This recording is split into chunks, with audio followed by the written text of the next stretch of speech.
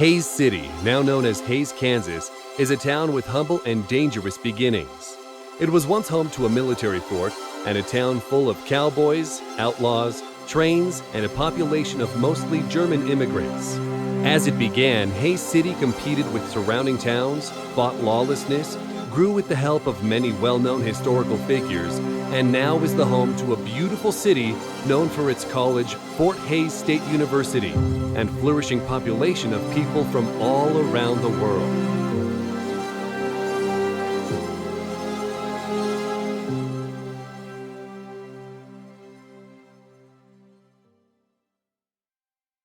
My name's Lee Dobratz. I'm the director here at the Ellis County Historical Society. Haze started because of Fort Hays, the military installation that's still south of town, historical Fort Hays. They needed support systems for the soldiers. It was the 7th Cavalry and the 10th Cavalry that were stationed here. So some land developers came in. This was unpopulated territory still at the time in 1867. So the land developers came in and they started setting up a couple of buildings because they wanted Haze to be a big town. They wanted to be responsible for that. When the Union Pacific was building the Transcontinental Railroad, they came through and decided to put Haze right in the middle of the track, which is what made Haze the city that it is today, and left it with staying power because they had the railroad through, so they automatically had businesses and a reason for people to live there. In the early days of Haze, surrounding towns fought for the luxury of the railroad. The now non-existent Rome, Kansas was one such town. Rome was a town that was started about the same time as Haze was. William Webb was an area land developer, and he worked with Buffalo Bill Cody, who was briefly in our area during his very early career, and they decided to put a town up that was going to compete with Haze. Buffalo Bill was a pretty young man when he was here, but he was enterprising as could be. So he decided to build a city, and on the same side of the creek as the fort was, which makes it much more convenient to get to. But when they realized where the dam was going to be built, they were in a really bad spot. So it didn't last very long. They were hoping that the railroad would come to their town, and it didn't. They chose Haze. So within about a week of Haze being chosen for the railroad stop, the people of Rome, most of them, picked up and moved to Haze. Not only did they move to Haze, but they literally picked up their houses and their business buildings, and they moved everything in total to Haze and set it back up, leaving Rome not a ghost town, but very lightly populated. It's just a memory now. There's nothing left of Rome. Haze was once occupied by many historical figures, some known as outlaws for their criminal behavior, and others known for their bravery and contributions to not only Haze, but all around the country. We had some big names in Haze during its early years and during their early years. Wild Bill Hickok was the unofficial sheriff here for a while before they had the first election for sheriffs. He was just here for a couple of years. He tamed the town. It's been dull ever since, and he moved on. He had anticipated staying on as the elected sheriff, but instead his deputy sheriff, whose name was Pete Lanahan, his nickname was Rattlesnake Pete, he won the election, so he became the first official sheriff in Haze. Hickok stayed around a little bit after that, and then some strange circumstances. He about got killed in a bar here locally, and he decided it was time to leave. He later became a long-term sheriff, really well known in Abilene, and did a lot of good there. George Armstrong Custer was here in his early days with the military. He was part of the 7th Cavalry.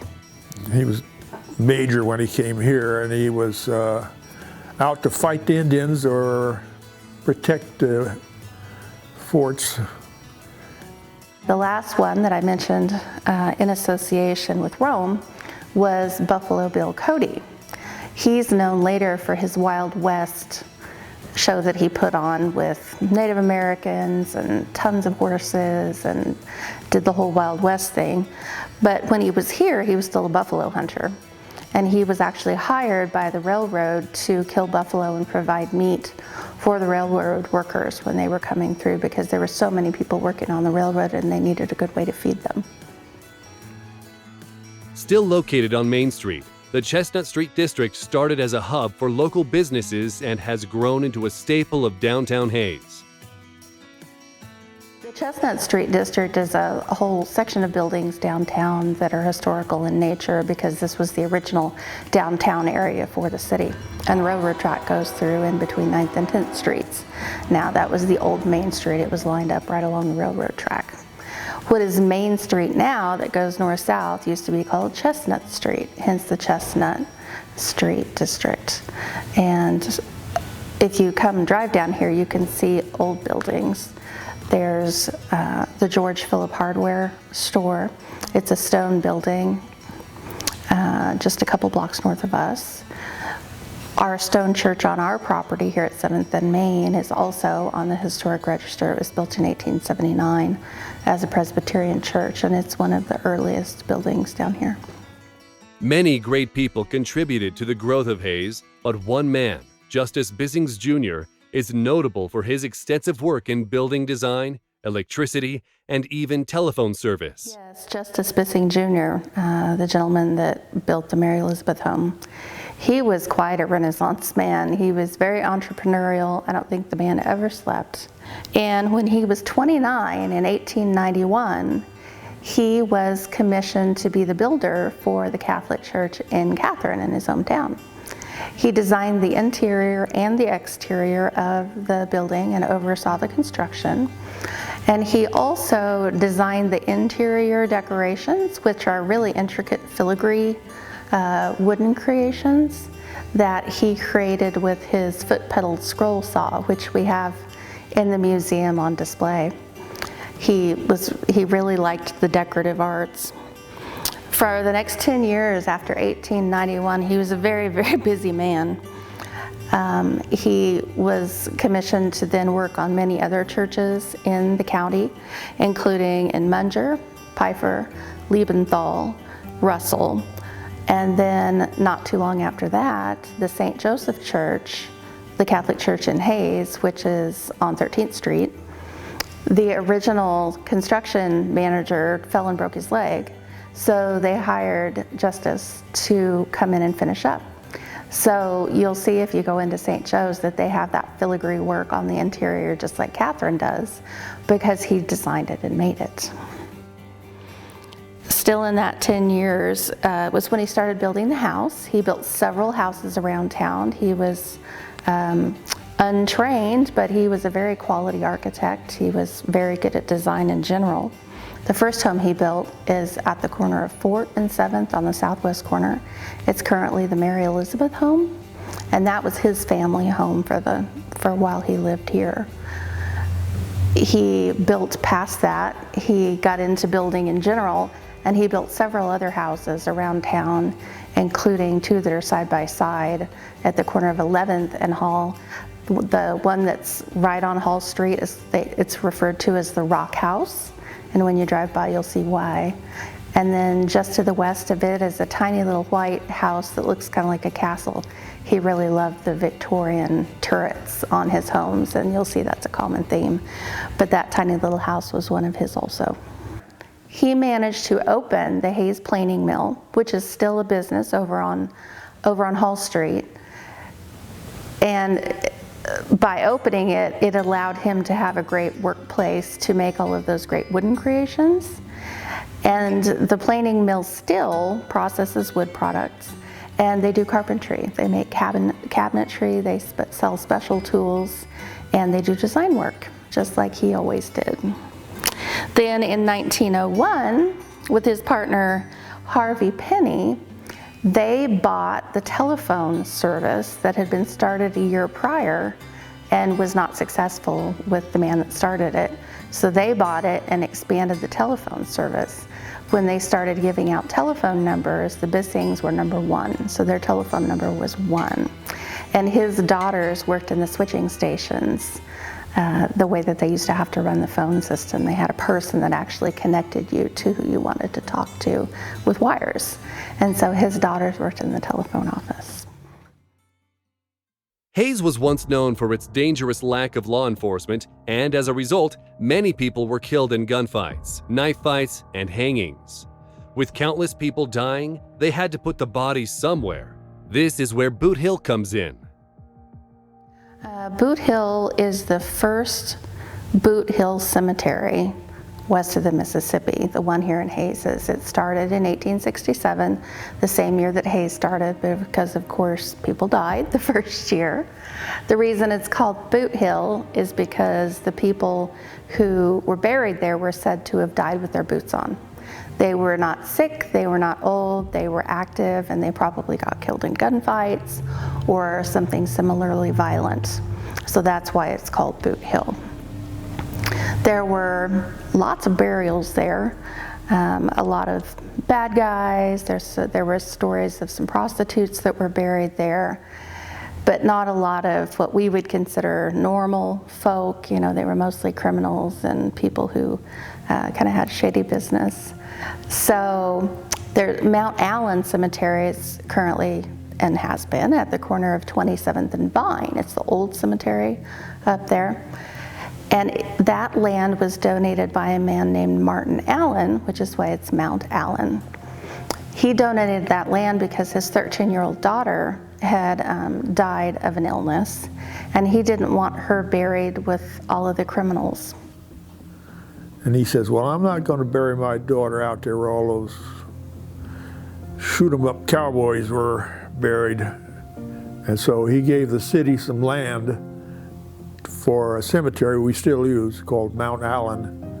And Boot Hill was sort of forgotten about for a while and then built on. And when the Historical Society developed in 1972, well, they cleared it off. There was a building on it and a lot of trees, and turned it back into just a hill covered with buffalo grass. And they put a marker up there, and it was just a convenient place. It wasn't a formal cemetery. In fact, they had a hard time finding who was buried there. They didn't make much of a list. And so, you know, it was sort of like he got shot out in the street. You got to do something with the body, and so they buried him with the boots on, so they say. Haze is now well known for its college, Fort Hays State University. It was originally called the Western State Normal School and began the first regular term in September of 1902, with an enrollment of only 23 students. Now, Fort Hays State University has over 15,000 students and is the third largest state university in Kansas. Emporia State University used to be the Kansas Normal School when it first opened, and a normal school was a teacher's training college. So Emporia State was the first teaching college in Kansas, and it's still a very well-known teaching college. They hold the National Teachers Hall of Fame. It's really important in history. So in 1902, when FHSU opened, it was called the Western Branch of the Kansas Normal. So it was directly affiliated with Emporia State. But then in 1914, they've changed their name several times, and I really don't know why. But in 1914, they changed it to the Fort Hays Kansas State Normal, which was still a teaching college. Then in 1923, they changed normal so that it was teaching, so it was the Kansas Teachers College of Haze. Then in 1931, and these aren't very far apart, these are, 10-ish years, they changed the name again to the Fort Hays Kansas State College when they started offering degree paths that were outside of teaching. And then the last name change, the most recent, is 1977 when they changed it to Fort Hays State University. And I imagine it will stay that way for a while because it's the same naming convention as, the University of Kansas and Kansas State University. So I think this one will continue to stick for a while. From outlaws to education, Haze is full of rich history. It has grown from a small military fort to the charming city it is today. With the college still thriving and businesses still booming, Haze continues to grow and show promise for an even brighter future.